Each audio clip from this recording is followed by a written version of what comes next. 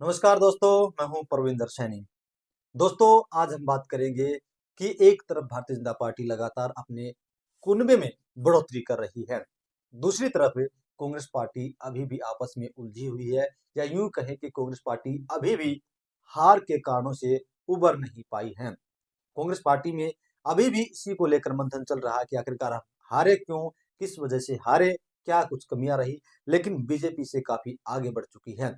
BJP लगातार अपने सदस्यता अभियान को आगे बढ़ा रही है, और अब बीजेपी का कहना है कि वो अब बूथ लेवल पर अगले महीने यानी कि जनवरी से कमेटियां बनाने का काम भी शुरू कर देगी। कांग्रेस पार्टी ने अभी तक ना तो नेता प्रतिपक्ष का ऐलान किया है कि आखिरकार उनकी तरफ से किसे वो आगे करेंगे, इस पर लेकर भी अभी तक घमासान मचा हुआ है।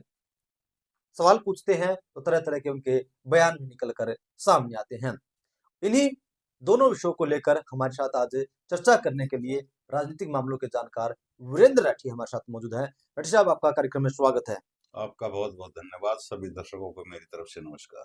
राठी साहब, एक तरफ बीजेपी लगातार सदस्यता अभियान को आगे बढ़ा रही है, अब कह रहे हैं कि हम बूथ लेवल पर कमेटियां बनाएंगे, और कांग्रेस पार्टी अभी तक उलझी हुई है कि हम क्यों हारे, कैसे हारे, क्या वजह रही। लगातार उनकी बैठकें चल रही हैं।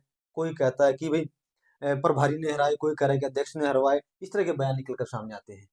देखो, जहां तक संगठन की बात है कि कांग्रेस पार्टी के ऊपर के अंदर तो आरोप प्रत्यारोप आज भी हैं। जो प्रदेश अध्यक्ष बयान दे रहे हैं, बाबरिया के बयान उनसे मेल नहीं खा रहे हैं। अलग अलग विचारधाराएं आ रही हैं। जहां तक संगठन की बात, आपने भारतीय जनता पार्टी की बात की कि बूथ स्तर की कमेटियां जनवरी में बनने आरंभ हो जाएंगी। भारतीय जनता पार्टी का मिशन चला हुआ है सदस्यता अभियान का। और अभी अभी जैसे आपने बताया कि जो सतीश पूनिया जी हैं, उन्होंने अपने जो उनका social x media x social media है उसके ऊपर लिख के पोस्ट डाली है कि 35 लाख से ज्यादा सदस्य हम हरियाणा प्रदेश के अंदर अभी तक बना चुके हैं। और इसी कड़ी में आप देखोगे तो बेरी विधानसभा क्षेत्र का आंकड़े का मेरे को पता लगा कि करीब जो है 40,000 कार्यकर्ता बेरी विधानसभा क्षेत्र के अंदर भारतीय जनता पार्टी की सदस्यता ज्वाइन कर गए। अब इसी प्रकार की एवरेज पूरे हरियाणा के अंदर तकरीबन तकरीबन चली हुई है। कुछ इलाके पीछे हैं, कुछ नहीं है। और जहां तक ये बात की कि हर पार्टी संगठन के बारे में ये चर्चा करना, हम पदाधिकारी नियुक्त करेंगे जनवरी में, तो सीधी सी बात है, जो भारतीय जनता पार्टी का नेता बनने की चाह रख रहा है, चुनाव लड़ने की जो इच्छा प्रकट कर रहा है, तो वो सदस्यता अभियान पर जोर देगा। ज्यादा से ज्यादा लोगों को सदस्य बनाएंगे। सदस्य बनाएंगे तो भाजपा ने तो सीधा फार्मूला दे रखा है कि भाई एक्टिव मेंबर जो बने वो अपने नीचे 50 एक्टिव मेंबर और बढ़ाओ। तो इस प्रकार से संख्या बढ़ेगी तो क्यों उन्हीं के पद, नामों के ऊपर पद देने के लिए विचार किया जाएगा।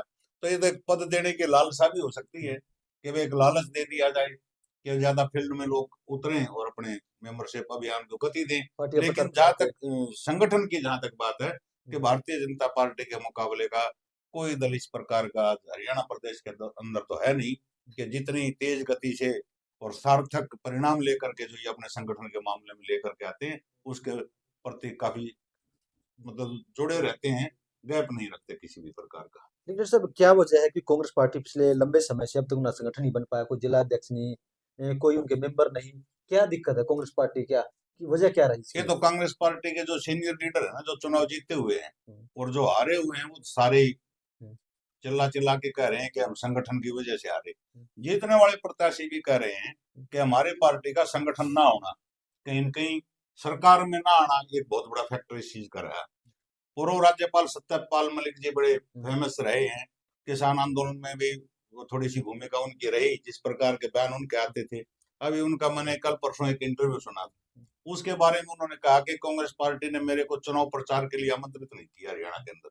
हालांकि मैंने भूपेंद्र हुड्डा जी को कहा था कि भाई मैं तैयार हूँ जहां भी मेरे को बुलाओगे, लेकिन पार्टी की तरफ से मेरी कोई ड्यूटी नहीं लगाएगी। हालांकि उन्होंने दो हलकों का जिक्र किया, एक दादरी का, एक बाढ़ का, कि मैं दोनों हलकों के अंदर कांग्रेस के प्रचार के लिए गया भी, लेकिन वो दो सीटें भी कांग्रेस हार गई।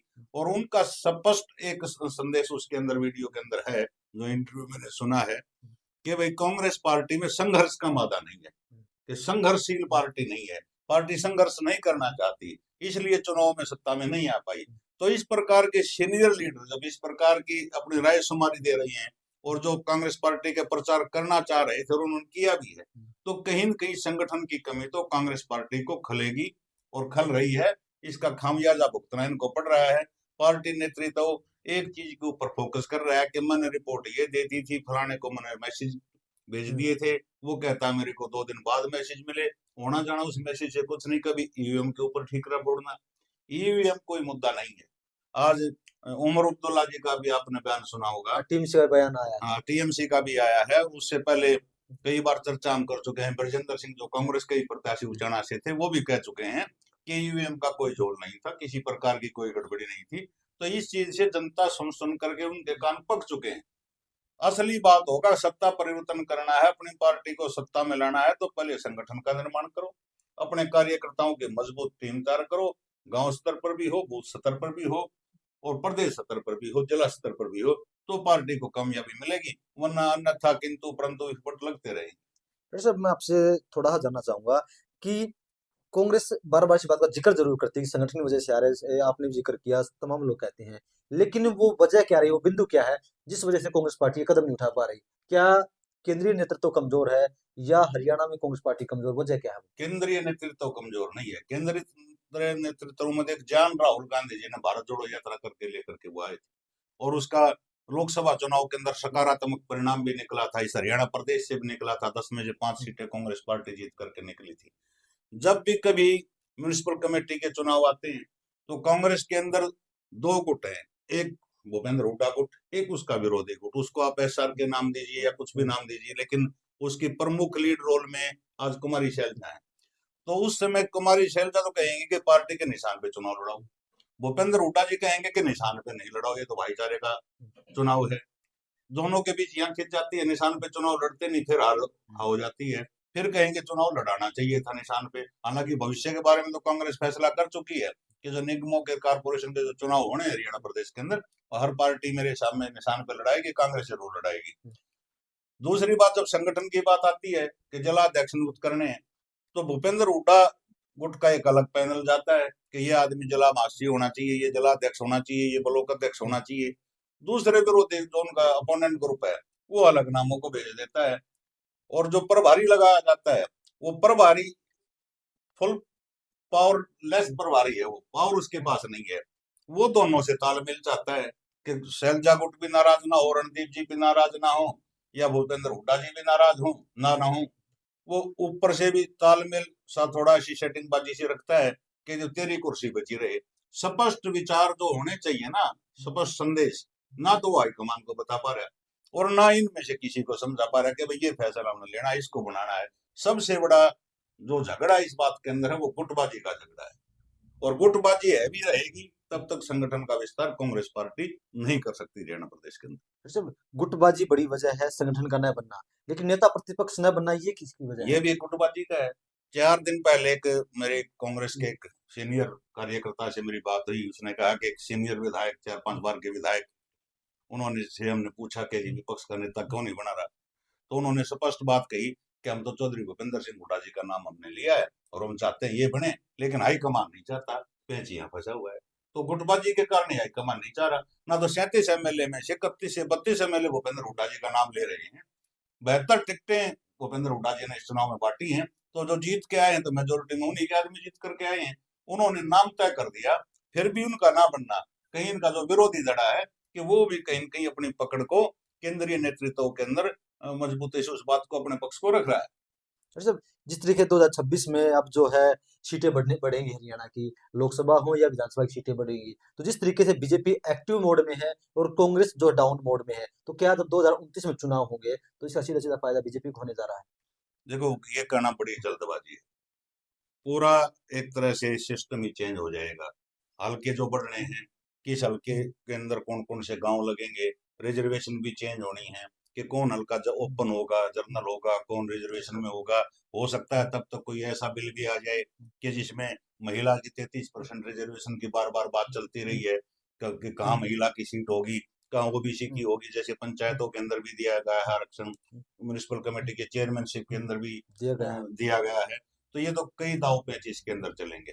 पार्लियामेंट के लिए भी इसी प्रकार का सिस्टम होगा। लेकिन कहीं कहीं जो पार्टी सत्ता में होती है और सत्ता में रहती हुई पार्टी एक दो हल्के का जो भूगोल है वो इधर से उधर बदलवा करके अपने अनुसार सेट कर सकती है, और वो तो जो फाइनल हल्के हो जाएंगे, इस बात का आकलन तभी उस रिजल्ट पे पहुंचा जाएगा कि किसको फायदा होने जा रहा है, किसको फायदा नहीं होने जा रहा है। लेकिन इतना जरूर है कि वो कहते हैं ना कि कोई मूंगफली बेचने वाले के घर चोरी होगी, तो घर पे मूंगफली उसका रखी थी, तो गांव के आदमी जहाँ भाई के नुकसान हो गया, जो आदमी जावे वो 8-10 मूंगफली उठावर खा ले, भला कितना नुकसान हो गया, भला ये बात तो नुकसान होने लग रहा है। तो वही कहानी आज कांग्रेस पार्टी के साथ है। श्रुति चौधरी मंत्री बनी है, तो शाम से पहली बार विधायक बनी है, पहले एमपी रही थी, और इतना अच्छा महकमा उनको सिंचाई का मिला है। आज वो हांसी के अंदर गई थी किसी पेट्रोल पंप के ऊपर, जहां कांग्रेस पार्टी से नेता टिकट मांग रहे थे हांसी से, वो नेता आज उनके स्वागत में बुक्का देते हुए उनको नजर आए, उनकी वीडियो आई हुई है। लेकिन हम ये तो पुष्टि नहीं करते कि वो भाजपा की तरफ रुख हो गया, लेकिन उनके समर्थन में श्रुति के जब वो सम्मान करने के लिए वहां पहुंचे हैं, तो कहीं न कहीं कांग्रेस से तो उनका मोह कम हुआ ही है, श्रुति के माध्यम से बीजेपी की तरफ तो उनका रुझान बढ़ा ही है। अगर इस प्रकार का कदम कांग्रेस पार्टी ने नहीं उठाया, अपने संगठन की तरफ ध्यान नहीं दिया, तो ये बचा खुचे जो कार्यकर्ता हैं, क्योंकि 10 साल पहले कांग्रेस का कार्यकर्ता सत्ता से बाहर रह चुका है, 5 साल ये निश्चित हो गए हैं सत्ता से बाहर रहना, तो वो भी पलायन कर जाएगा भाजपा की तरफ। कहीं न कहीं इस प्रकार के संकेत हैं कि भाई हर हल्के से कांग्रेस का जो सीनियर वर्कर अपने आप को माना करते, जो बड़े सपने पाल करके बैठे थे, वो इधर खिसकना शुरू ना हो जाए। मतलब आजकल एक चीज और देखने को मिली है कि जो पूर्व सीएम भूपेंद्र सिंह हुड्डा हैं वो बड़े एक्टिव नजर आ रहे हैं, तो क्या कोई गंभीर संकेत मिल रहे हैं चीज के? देखे, इसमें भी थोड़ा सा कहना जल्दबाजी है, लेकिन एक चीज पक्की है, जब चुनाव आते थे तो कांग्रेस पार्टी की तरफ से कार्यकर्ताओं के पास मैसेज आते थे कि फला तारीख को भूपेंद्र हुड्डा जी का प्रोग्राम ये होगा, दीपेंद्र हुड्डा जी का ये होगा, और आज चुनाव के बाद वो मैसेज बंद हो जाते थे। लेकिन कुछ समय से भूपेंद्र हुड्डा जी के प्रोग्राम के मैसेज दीपेंद्र हुड्डा जी के उनके कार्यकर्ताओं के पास पहुंच रहे हैं कि हुड्डा साहब जो है इतने बजे रोहतक पहुंचेंगे, कार्यकर्ताओं से अनुरोध है कि जिसको मिलना है कि वो मिले। यानी कि हुड्डा साहब कहीं न कहीं ये जरूर मान करके चल रहे हैं कि विपक्ष का नेता अगर तेरी गुट का ना बने, तेरी पसंद का ना बने, और प्रदेश अध्यक्ष तेरी पसंद का ना बने, तो कार्यकर्ताओं को अपना जो उनका गुट है, उन कार्यकर्ताओं को वो ढीला नहीं छोड़ना चाहते, उनसे दूरी नहीं बनाना चाहते, तो उनको साथ रोक करके चलना चाहते हैं, ताकि भविष्य में कोई अलग फैसला भी लेना पड़ जाए तो ये कार्यकर्ताओं की टीम तुम्हारे साथ हमेशा खड़ी रही। ये संकेत जरूर है, और हरियाणा प्रदेश का इतिहास रहा है। चौधरी बंशीलाल जी 10-12 साल प्रदेश के मुख्यमंत्री रहे, अलग पार्टी उन्होंने बनाई, सत्ता में लौटे।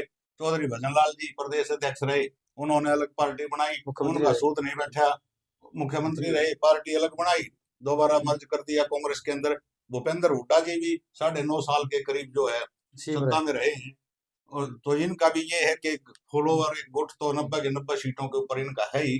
तो अगर इनके चहेते प्रदेश अध्यक्ष और विपक्ष के नेता यहाँ नहीं बने, तो इस प्रकार का फैसला ले सकते हैं, क्योंकि जो पीछे का इतिहास हरियाणा प्रदेश की राजनीति का रहा है, उसमें राव वीरेंद्र सिंह जी का भी एक नाम है कि वे प्रदेश के थोड़े समय के लिए मुख्यमंत्री रहे थे, लेकिन उन्होंने विशाल हरियाणा पार्टी के नाम से पार्टी बनाई थी, बाद में उनका भी कांग्रेस के अंदर मर्ज हो गया था। तो ये परंपरा हो सकता है कि आगे देखने को मिले। और आगे तो एक सीधी सी बात है, एक फैसला और होने जा रहा है, वो शायद इस सत्र में आए या अगले सत्र में वो बिल आ जाएगा कि साथ साथ चुनाव होंगे, लोकसभा के और विधानसभा के, कि भाई एक देश एक चुनाव, इस प्रकार का नारा है, और वो बिल पास हो जाएगा। तो उसमें भी थोड़ा सा स्थितियां कई प्रदेशों की इधर से उधर होंगी, किसी का कार्यकाल 6 महीने कम हो जाएगा, किसी का विधानसभा भंग हो जाएगी तो गवर्नर राज रख देंगे, लोकसभा के साथ होगा। हो सकता है कि प्रदेश में हरियाणा का जैसे 3-4 महीने बाद चुनाव हुआ था लोकसभा के, वो 3-4 महीने पहले हो जाए 29 में, तो लेकिन परिसीमन के जहां तक आपने बात की उसमें समय लगे।